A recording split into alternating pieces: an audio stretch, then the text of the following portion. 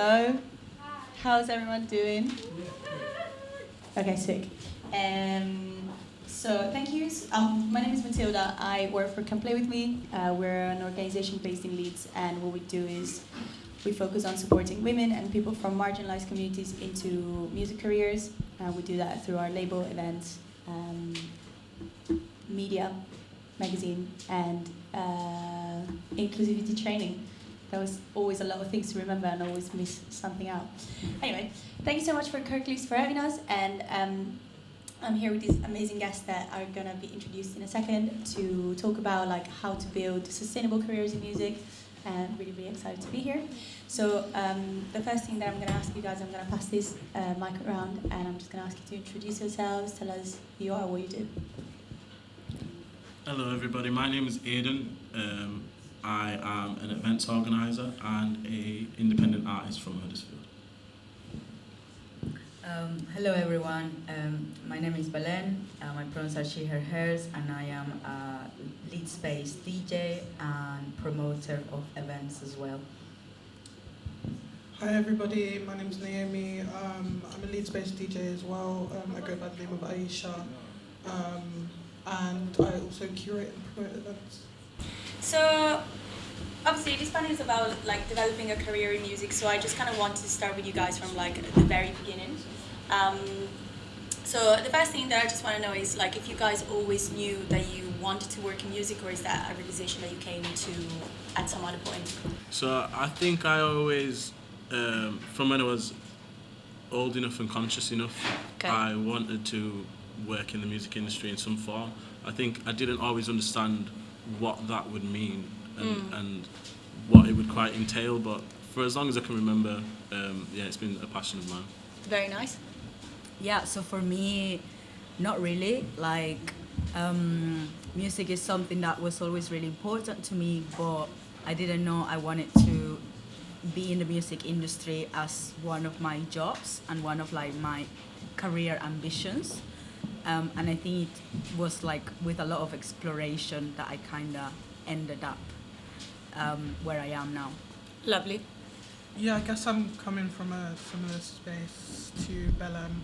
I was kind of always musically inclined from like a young age, but I never really kind of thought about it beyond like loving music and listening to music. And it was only really like when I moved to Leeds for uni, where I kind of like explored with DJing and got into it that way. That's really nice, and this was actually something that I wanted to ask on the back of the first question was, when did you guys kind of like, you know, stumbled across like the career path of like being an artist, being a DJ and being a promoter, and like what was the kind of like the time frame in your life that where you realized that? I guess for me, stumbling upon it as like a career path didn't really like start until like maybe last year. I've been DJing for like 3-4 years now, and it all just like really sparked out of like interest for the craft, and also just like me wanting to play the music that I enjoyed listening to. That's really nice. So it wasn't even necessarily like in front of a crowd. I started mixing when I was in my second year of uni, and it was like solely through my housemate, and he had like a set of decks. Okay, amazing. Cool. What about you guys? So, for me, I think, as I said before, I always had that interest in music, especially like being a migrant, growing up in Spain, and my mom would always like play Latin music in the house, and I think that was always like really special for me. And I think back in 2019 or 2020, either of those, I was collaborating with this London-based collective called Mother Tongues, and they asked me to do a playlist for a project they were developing, and so I made a playlist with like I don't know, like my top 12 like Latin songs, and then it was very different from DJing. It was just making a playlist, but I think that already like sparked that curiosity in me of like choosing the orders of the songs and choosing the orders of the tracks and what you play first and what you play at the end and what you play in between. That's actually really important. And then I started to work at Wolf Chambers, which is a members club in Leeds, and it's quite of like a sanctuary for like a lot of queers in Leeds as well. And one of my really good friends, Sam, he had like this pair of decks in his house, and like he was like, "You want to give it a try?" And he just like gave them to me. And then another friend who was putting on an event was like, you wanna be one of the DJs at the event? And I like at the time I didn't even like open the decks or anything. I didn't even like set them out or like practice or anything. But I think I just said yes because sometimes I think you just have to go for it. Because I think if you're waiting to be fully ready and fully prepared for something, the opportunity is just never gonna arrive. And I think, you know, don't be scared of like making mistakes or just like, I don't know, just like not being good enough. And I just went for it, and like I practiced for like 2 weeks, my very first set, very basic, but literally after my first set, it's been non-stop of like gigs and DJing. It was just like a bomb, and like my DJ career was born, and I've been DJing for a year and a half now, and it's literally been non-stop. So I think, yeah, like I'm grateful to the friends who provided me with the decks and the opportunity to have my first gig as well, because I think whether we like it or not, in the arts industry and in the music industry, in networking is really important, and knowing the right people is really important. So I think I knew the right people at the time, and I think that was really important. Yeah, that's such a good point, and I think that just in general, kind of realizing that you're never going to be perfect and you're never going to be ready to like to face a crowd, or like, as you say, to kind of like start a new like craft is like so important, because otherwise you're literally gonna be forever like in your room, just like never get out. What about you, Aidan? So I think from attending some of these conferences that have been held in Leeds, I've found that there's a theme of there's no consistent way that people get to where they are on the journey in the music industry. And I find that really interesting. I think both of you have made some really valid points that resonate with me. I'd say having a natural affinity for music is definitely something that, as an artist, I have like my earliest beginnings in. So like coming from a musical household, or the selection of music that you would have been exposed to when you was young will have an influence on the artist that you become. As an events organizer, I think that really came from a lack of opportunities in Huddersfield at the time, and there's always things that you can find and underground events that go on, but when I started out organising events in 2016, it was just because I knew so many artists in Huddersfield that just didn't have the opportunity to perform, and I was one of them as well, and it was out of like almost like a need. I needed to have that opportunity. It was something that I felt within me. It was something that I could see in my peers and other artists around me. So I just I took the steps to try and be the change that I wanted to see, I suppose. On the back of that, I just wanted to, I guess, Belén, you already kind of like touched on it regarding DJing, but more specifically, like, I just wanted to kind of like learn about like your first experiences of working in music, and whether you could see, you can identify some of the challenges that like kind of came with that, whether it was from like I don't know, like I know that for me it's always been from like a confidence perspective, and or if it was from like external factors, and just talk about that in the kind of thinking about like younger people that might be at that stage of their career especially. DJing comes with plenty challenges, especially as a brown queer migrant woman.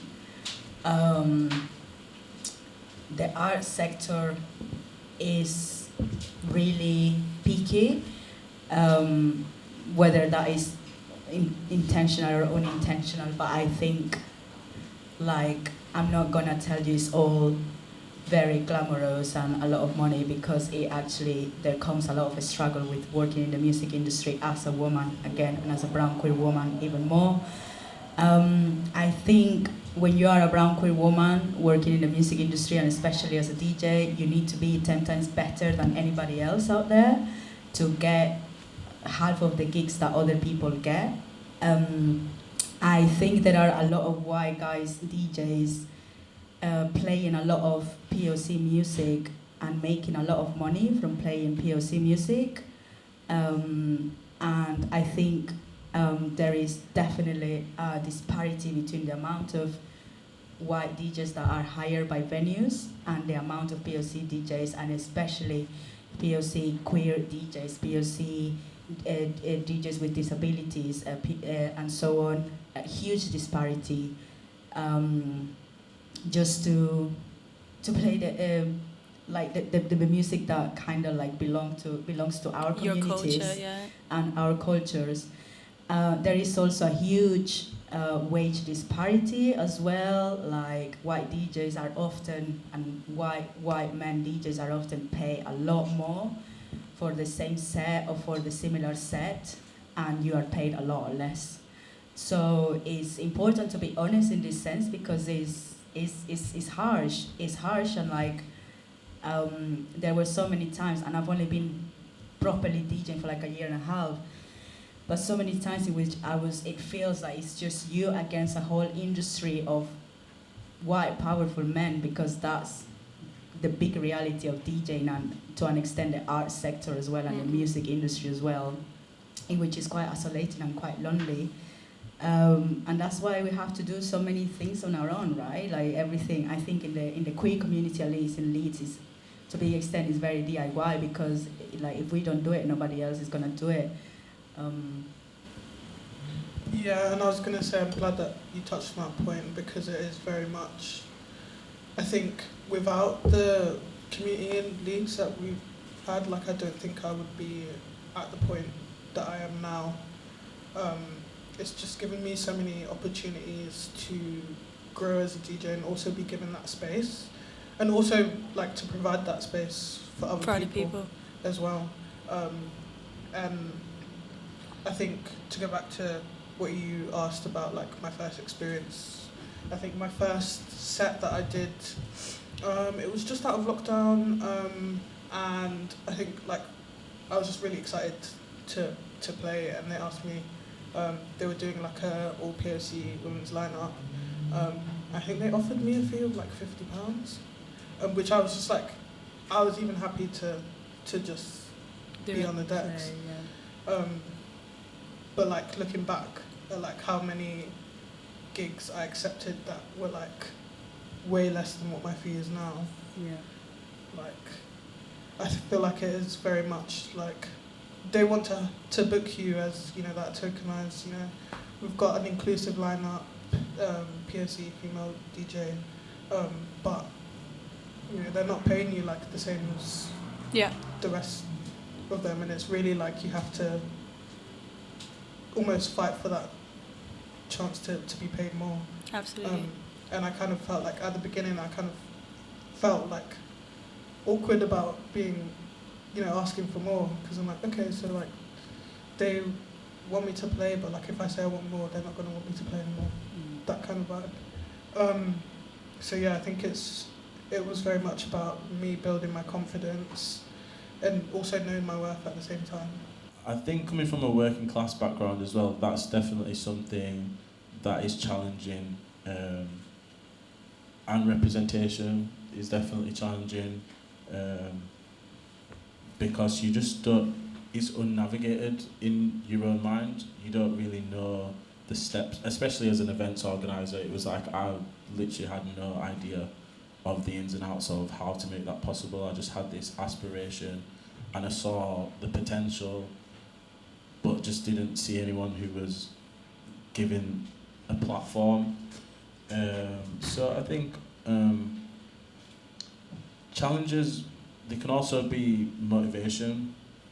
So all these challenges, like it kind of creates a pressure on you that you have to overcome, and you have to make a movement in what you want to do. And I think for a lot of the artists that I know that are underrepresented or you know, haven't seen themselves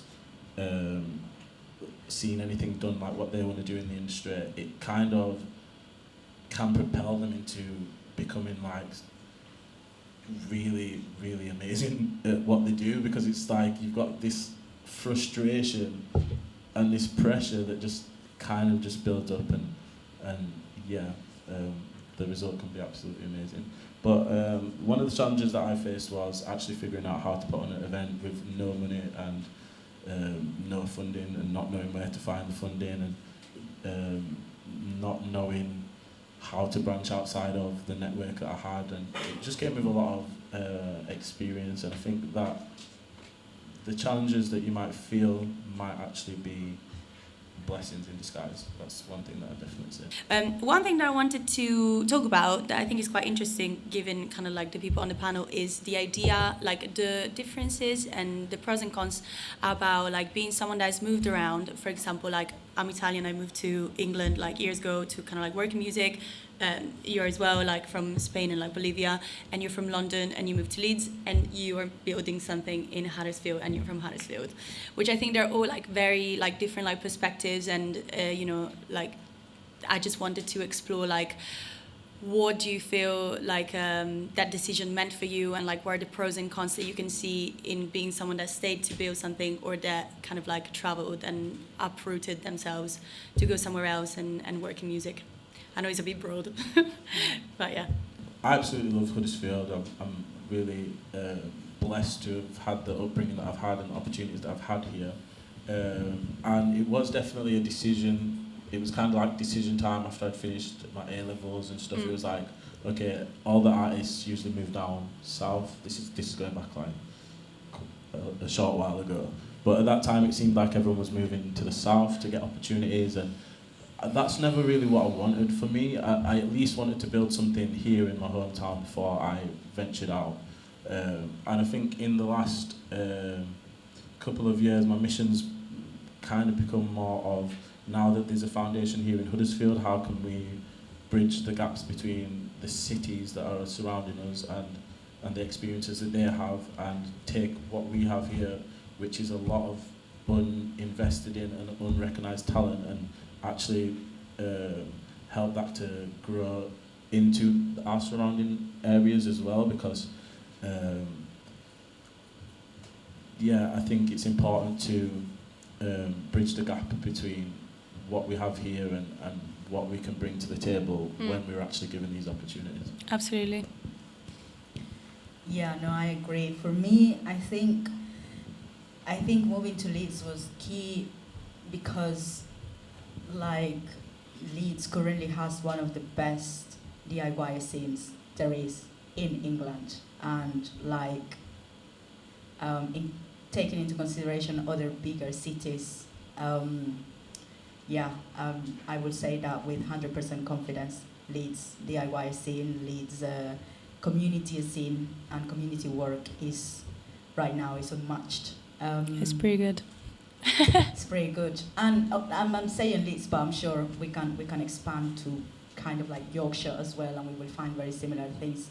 So I think for me, just moving to Leeds, and then again, being kind of in the right crowd and in the right places that for me open up so much that I didn't know before, and like just to like kind of like emphasize how, not a surprise, but how much my career path has changed. Like I was like, if you were like interviewing me 2 years ago, I was on my way to like start a PhD and be like an academic and like be a university lecturer, and now I'm just DJing and working for the music.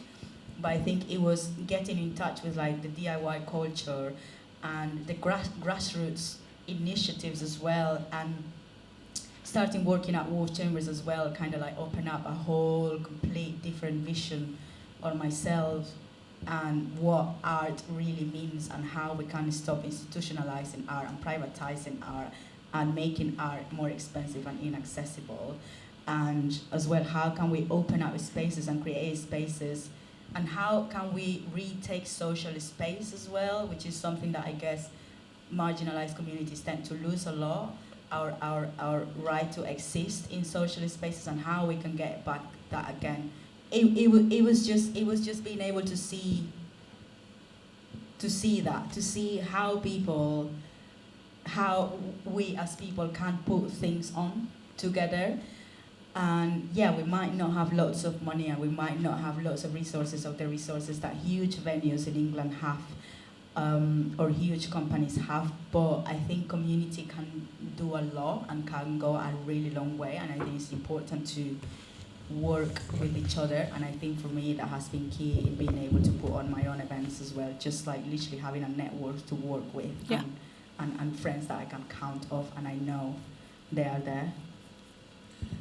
Yeah, my answer's very similar to yours, Belén. I think the movement for me, like when I moved to Leeds, it was to do a degree in medical sciences. Oh. Which I Sick. graduated from this July. Oh, amazing. That's great.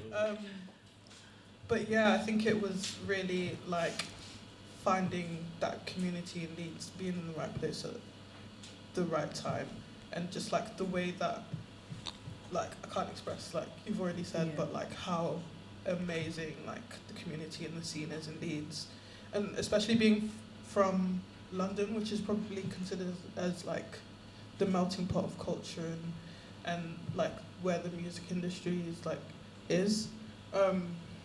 Yeah, I think Leeds has been like extremely like pivotal for me in the sense where it's kind of like helped me to build myself as a DJ, and to also have that belief in myself and like build those spaces for other people upon the community that already exists. And it's kind of the reason why I'm still in Leeds, like, and recognizing that if I was to move to London, like my DJ career would catapult like that, but because of like more opportunities in the city, but also recognizing the fact that Leeds is like home and it's where my community is, and it's where, you know, where I started as a DJ and where, you know, I came from. So In the idea of kind of like advising on someone that is a little bit younger, or like your younger self, whatever like works best in your head, like, do you have any advice on how to kind of like enter the music industry, which I know is a little bit vague, but also like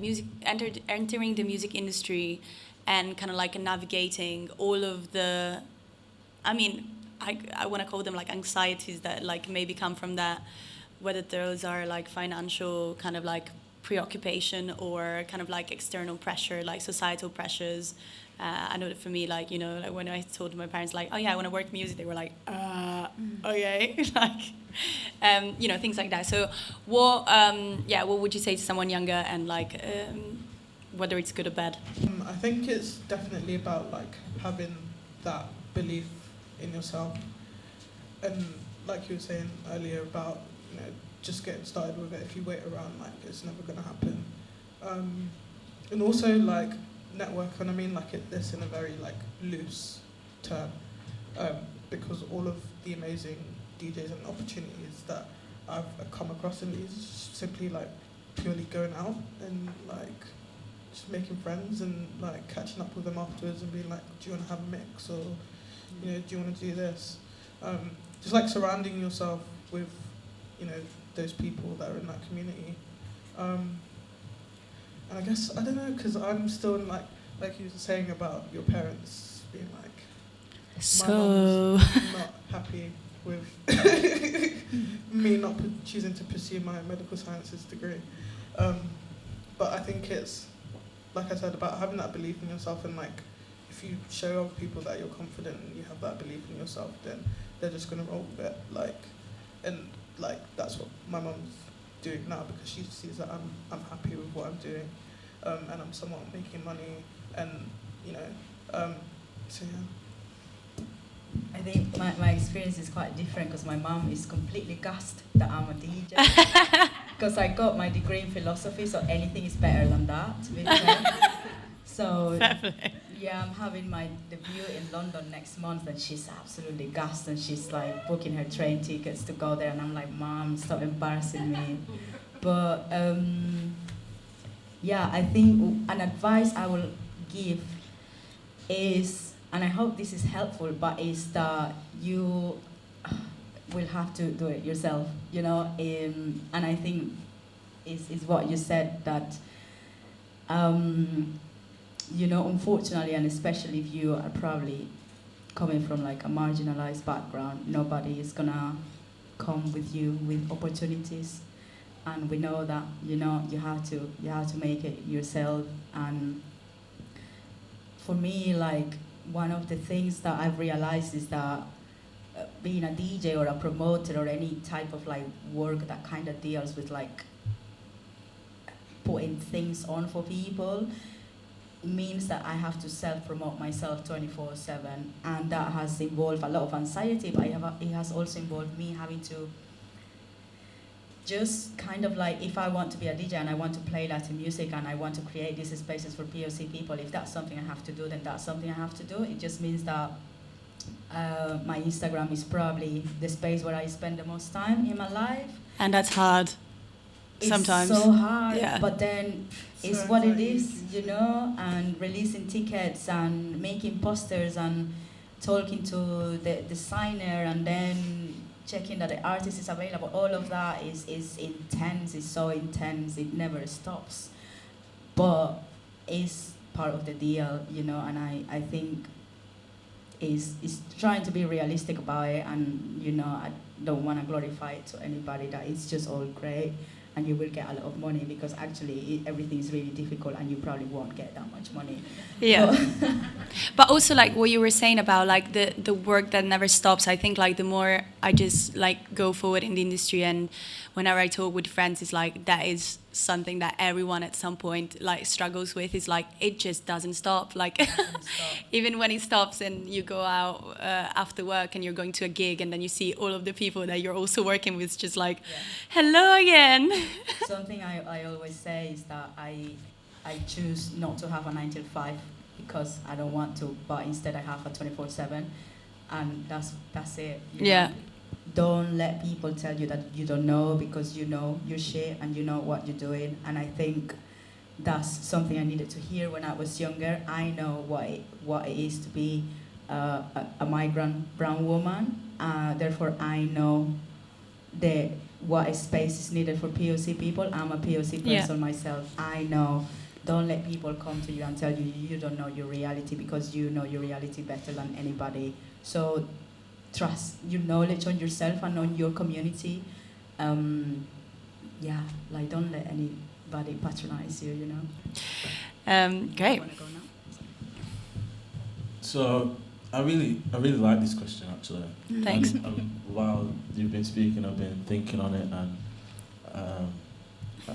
I'm going to answer this from the side of myself that's an artist, and hopefully it will resonate with anyone who's starting out as an artist. But music is like this thing that we all feel, and it's across all of these different planes. It's spiritual, it can be felt physically, it's, you know, very emotional.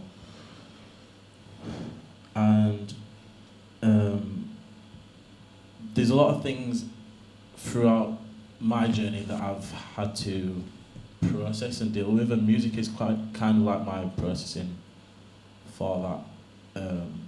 But because I've not really had any guidance as an artist, and a lot of us don't get any guidance as an artist, there's like a few things that I think I've discovered that would have probably helped me earlier on. One of the things is imposter syndrome, and it's a very subconscious thing, in the beginning at least anyway, and it's like this version of you that exists within you that's like, okay, so you don't see anyone who's doing what you're doing. No one that you have been raised around has, you know, the same aspirations as you. So why do you believe that you can do this thing? And it's like a constant conversation that one side of yourself has with the other, and it's something that you constantly have to try to overcome.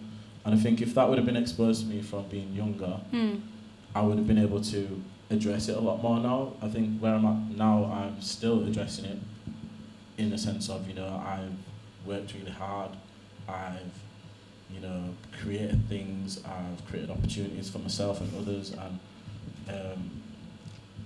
I just think that's something that's not really discussed that openly in the music industry. Another message that I would have given to my younger self, or any other younger artists out there, is document the things that you do. I know that you spoke about networking 24/7 and, you know, speaking to graphic designers, selling tickets, blah, blah, blah. You have to wear all these different hats, and you will not remember every single thing that you do. That's so true. Throughout your journey, you know, and sometimes if you're lucky and you've got the support of your family, then they might remind you every now and then. They might say, "Oh, remember when you did this?" And you're like, "Well, I do remember when I did that," actually, but it was like somewhere deep in my archives. But I'm lucky enough to have the support of my immediate family in what I do, and that's just continuing to grow the more that I do. But having the belief of anyone and the support of anyone, like for example the opportunity that I've had through the opportunities that I've had through Come Play With Me has been absolutely amazing, and just having that support network and that belief network is it can make all the difference for you as an artist or a musician. If you find yourself like in an environment where maybe you don't know something and you're kind of like put in a corner because of it instead of giving the space to learn, then it's the wrong place. And it's around people that like don't share, like that they're not going to bring you that far. This is my experience with it. But yeah, no, thanks. That's such a good point. So as I was saying before, I think like something that doesn't really get talked about too much in the music industry is like money, because everyone is doing it for the passion, which is true. But also like, you know, at the end of the day, you just gotta earn some money. So I just wanted to kind of like bring, can you say that? Bring the cat out of the bag, or is it like, I don't know. Let the cat out of the bag. Okay, cool. And talk about money. So basically, like, how do you approach making money? How have you approached making money? And for example, like, do you have any other jobs outside of the music industry? How do you feel about that? Or like, do you have multiple jobs in the music industry? How do you deal with burnout and money and the relationship between those two things? Yeah. I think in the beginning I had no choice but to do a lot of voluntary stuff. Yeah. As an events organizer, I was counting on people wanting the opportunity to perform, and I was lucky enough to have venues like Small Sea that gave me the opportunity to have a residency here to create a space for performances. And when in its very early stages, Collective Sessions, the events platform that I run, was really just community building and very inclusive. It was like a safe space, open doors for a wide demographic of people. But as it starts to develop and become more known, it's kind of like the question of money comes into it, and the cat gets let out of the bag a little bit, and it's like, well, how are we going to make this something that benefits people? Yeah. Financially, as well as in terms of the opportunity to perform.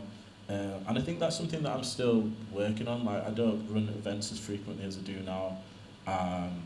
And when I do run events, it's not very profitable, if profitable at all. But all of the artists are paid, and it might not be the most amount, but it's something that we've agreed on and that they're happy with.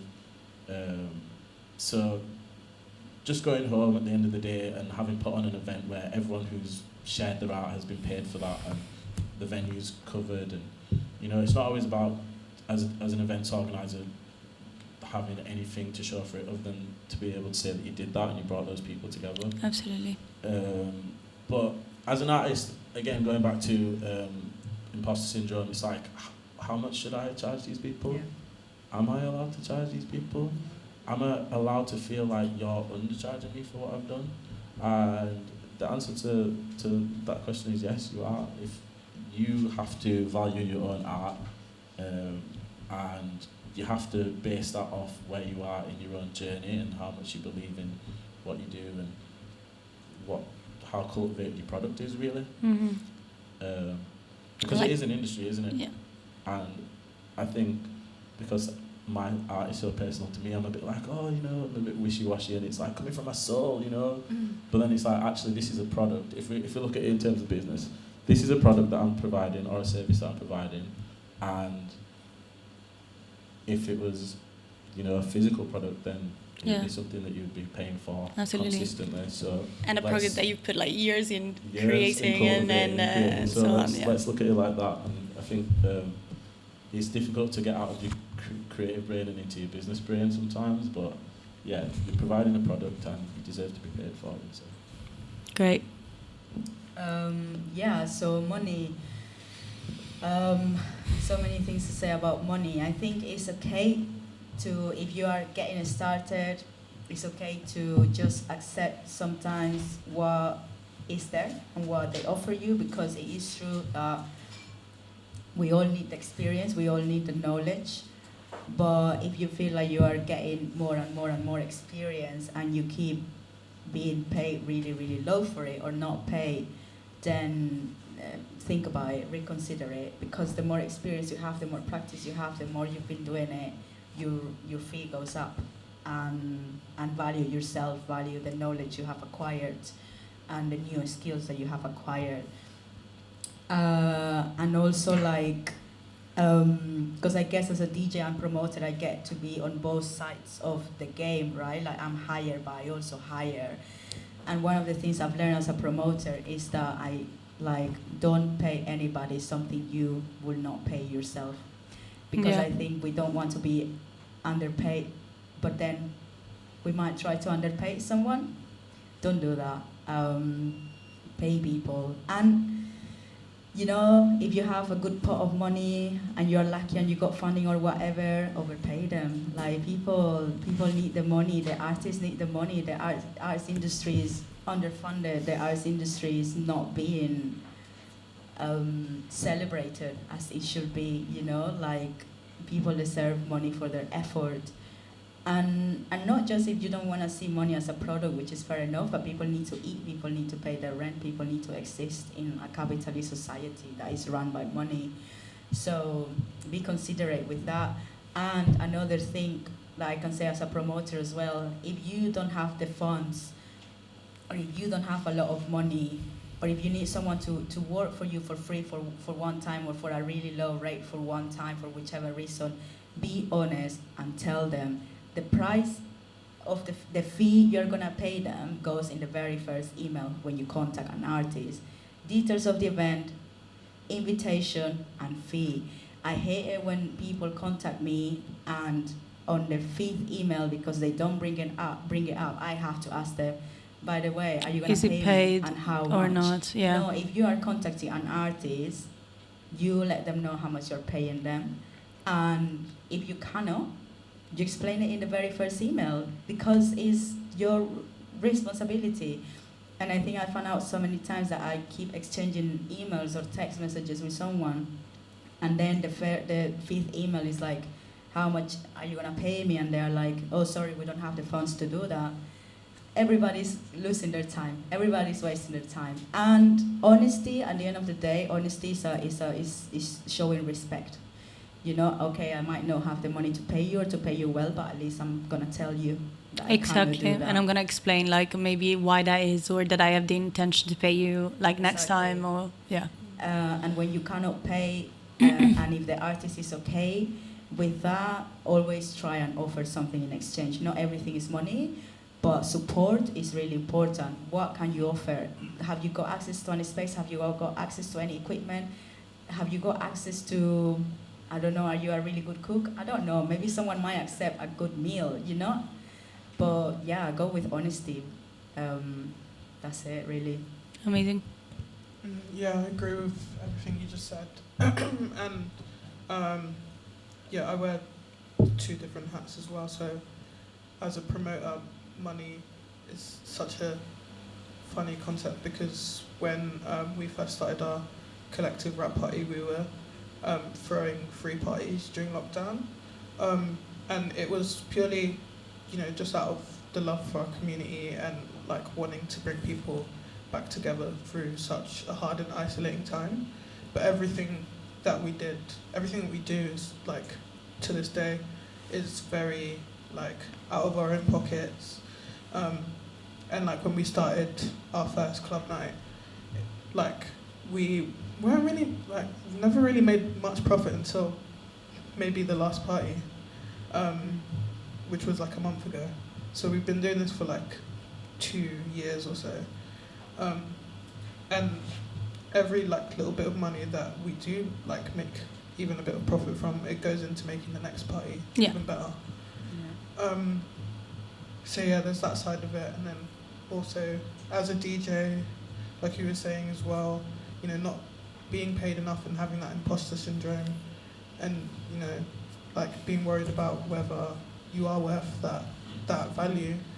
It's a really hard thing, and that's like the stage that I was at when I first started. And like you said, it's okay to accept gigs that are lower because it gives you that opportunity. And I feel like every time I play, there's always, you know, that one person in the crowd that'll be like, oh my god, like she's amazing. That's how I've like had opportunities with where people have listened to a mix or have seen me play, and they'd message me and be like, you know, I really enjoyed your set. Would you like to play this one other thing? At the next one. So yeah, and it is about like climbing that ladder. And as I've progressed, I have like upped my fee. But like that is to say, like DJing is really hard to make, you know, a living off of. So I do have a 9-to-5 job, but it is also about, you know, that perseverance. And DJing for me is, you know, like my love. So even if I'm not making like crazy money from it, like I'm still content. So. Yeah. Amazing. Do we have time for another couple of questions, or should we ask questions to the public? Don't know. Yeah. Right. So, do we have any questions from the audience? Yes. My name is Sarala Sol. Nice to meet you all. I just wanted to ask you, as you've grown in your own journeys and had more and more opportunities, do you feel like there's a correlation between the more you value yourself as an artist and as a person, and the more that you find worth in yourself, and the less you accept all opportunities as being opportunities? So do you now find yourself being like, actually, you are more hesitant to accept every opportunity that you're offered, and maybe take your time in investing your energy and time in that opportunity rather than just saying yes? I know that's quite a broad question, but is there a correlation basically between how much you value yourself and then how much you think an opportunity is worth to you? I think we can use this once probably. That's okay. I mean, I definitely think that has been. Thanks. I definitely think that has been the case for me. Like now, when I accept a gig, I definitely think more about, you know, how does it like align to my values? Like, am I like the only POC DJ on this lineup, or like, is the lineup diverse? I think like the turning point for me was like, I was, you know, accepting like kind of any gig because I was like, I love DJing, I'm getting paid, why not? And it was just like the same, you know, playing to a bunch of like white boys at uni, like with their shirts off, that are like hounding you at the decks, like not cute. So yeah, whilst I was getting paid, I like just had to actually think like, do I want myself kind of like also aligned with this image? Like, do I want to be, you know, that DJ? Which is, there's not a problem with being that DJ, but do I personally like want to do that? And does it align with my values basically? So yeah, I definitely. Yeah, no, I agree. I think that the arts and music and being a DJ has definitely helped me and taught me how to value myself, even if I don't know everything, and I will never know everything.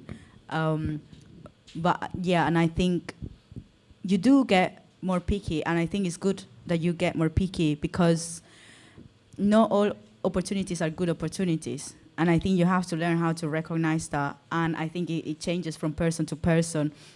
But sometimes for some gigs, you know, they tell me they cannot pay me, but they will provide me with, what is this word they say? Is it like publicity, or is it like exposure? Exposure. And I'm like, is exposure going to pay my rent, bitch? It's not. You know what I'm saying? Am I going to eat exposure? So I'm like, no, I'm not gonna do it, you know. And I think with the time you learn that exposure is not everything, and you know, it's really complicated and it varies to person. And I won't judge anybody who goes like, actually, exposure for me is everything I need right now. That's fine. It's not what I need anymore. So I think set up your ground, recognize your needs, and as you said, you know, like try and be selective with the crowds you want to be kind of like put in with. Like I think one of the things that I was scared by is that I think a lot of DJs in Leeds are playing really fast beats at the moment, and it's all like pop, pop, pop, pop music. It's fine. I love your music. I'm not trying to offend you, but it's very like, and you know, my Latin vibe can get really fast, but it remains nicer. It remains like, I don't know, more slower. And at some point I was like, oh, am I gonna need to get faster or start playing a lot of fast tracks, because then I won't find any more offers, you know? But then I decided to stick to my music, because that is the thing that has made me the only Latin American DJ in North England that plays Latin American music. So yeah, try to find your selling point and exploit it. I think from the beginning of your journey, you will encounter these opportunities that are disguised as like good opportunities, whether it's like, you know, exposure or people that want your services for less than what they might be worth. So from the beginning, you're going to have to navigate that. I think in terms of where I am in my journey right now, I'm still open to a lot of opportunities. And I think because I know so many people who are aspiring to develop as well, if an opportunity is not for me necessarily, I might have someone who I could recommend that would work for that opportunity. So I think even if like the opportunity doesn't work for you, it doesn't mean that it's not going to work for somebody else wherever they're at in their level. And we've all had opportunities given to us, and it's like, oh, it's amazing. And then it's like, you know, on that day I've got to go to a wedding and I can't avoid it, or, you know, I've like really got to take my dog to the groomers on that day, or something that you can't have that opportunity where it's brilliant, but, you know, you can always recommend it to a friend. But one thing that I've recognised is that we all have that other side to our musicianship as well, where we are creators of opportunities as well as people who are provided with opportunities. And I think that is definitely something that has helped me along in my journey as an artist. Even though I don't put myself on the majority of my shows that I curate, I still think that having the knowledge and the opportunity to create events for others and, you know, create a community through the events that you do will benefit you in the long run. Thank you very much. Thank you, guys. I just wanted to add on to that last point as well, because being a promoter has really like opened my eyes to the shit that other promoters have put me through, where like a promoter will approach me and I'm like, hold on, like why are you like that? Like, why? I would never do that. Like, do you know what I mean? Like, I can see through their shit. Yeah. So it's really like, you know, given me the literacy to kind of understand that a space a promoter should be coming from. Yeah, and that's really nice, like a really nice part of kind of having to do so many jobs, like kind of like learning different perspectives and then being like, oh, wait, that wasn't so great, was it? Or like, that was great, actually. Yeah. Can I just ask one final question? Sorry. How do you feel like we're going to bridge the gap between the disparity of cultures? And how do we get back our ownership and our standing at the front of the stage and saying this is like rightfully our place to be and we rightfully deserve to be paid in these spaces, without kind of pushing people out of them spaces as well, more being inclusive, but being the leadership of them spaces? How do you feel like we bridge the gap between that? I know it's a big one. I think space is subjective to all of us, and I think that because of the way that society is built around us, a lot of the time we can feel like we're overcrowded, or there's so many of us, that want to do what we want to do. But being from Huddersfield, there's so many artists here. It's like you literally throw a stone and it'll land on an artist. But we're all so different, and that's one thing through the events that I've realised, that I think in the beginning some people were a bit intimidated by, oh, you know, we all want to do the same thing, but we all bring something different to the table. In terms of culture as well, I think like it's just we've been tasked with like, it's amazing and terrifying, because we are literally the generation that is changing the face of the things that we want to do in a lot of ways. So it's very much uncharted waters. But I think you have to have that internal navigation system where it's like, right, so I started here and this is where I've built to, and this is what I've built around me. So now I can, you know, move forward accordingly, and I can adjust to where I'm at. And then I think it's about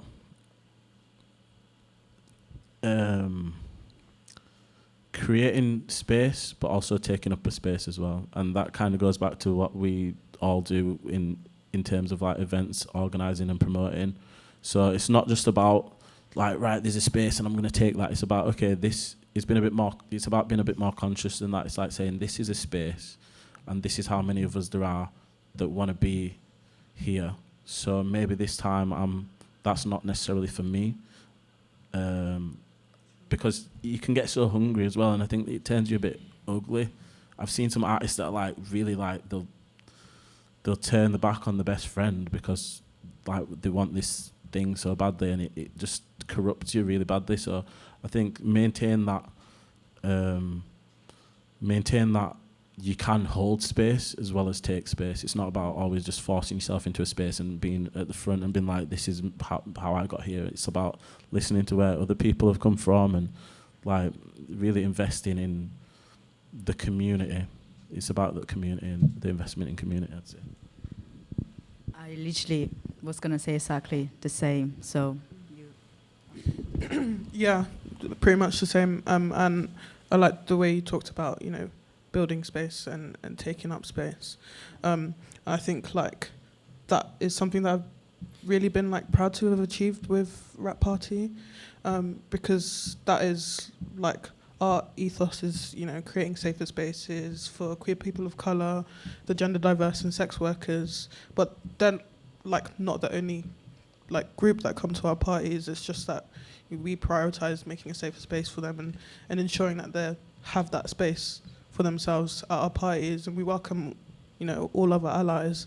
But building that space and taking up that space is so important, and you know, you can kind of see it.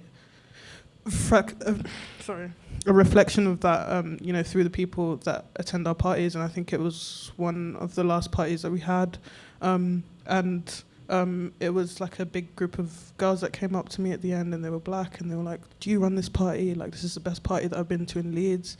And it was just like probably the best moment for me, like running like Rap Party for like 3 or so years, because I could see myself like as, you know, a young queer black girl, like hitting Leeds at 18, not really having, you know, that space for me, like being surrounded by, you know, straight cis white people, and especially in the DJ scene as well. So yeah, I think it's really about building that space and cultivating that space and holding it as well. Amazing. Can I also say something as well? Yeah. Okay. I think we've, going back to, you know, us being the pioneers of change, I think the way things have been built in a certain way, you know, to kind of not necessarily always intentionally, but excluded. We've been excluded in a way and misrepresented. So I think we can't fight fire with fire. We have to go about things differently. We have to, once we do obtain these spaces, we have to think, right, now that we've achieved this, how can we change the narrative? And it's not by doing what's already been done, in a sense of like only employing the people that look like me and act like me and think like me. It's about, you know, being a bit more open and broad in what you have and can do with the space that you've acquired.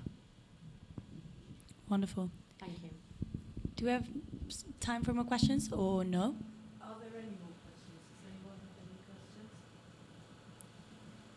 No? Okay, do you think we should go for a break then? Yeah, perfect. Thank you so much, guys. This was great. Thank you so much for listening. Yeah.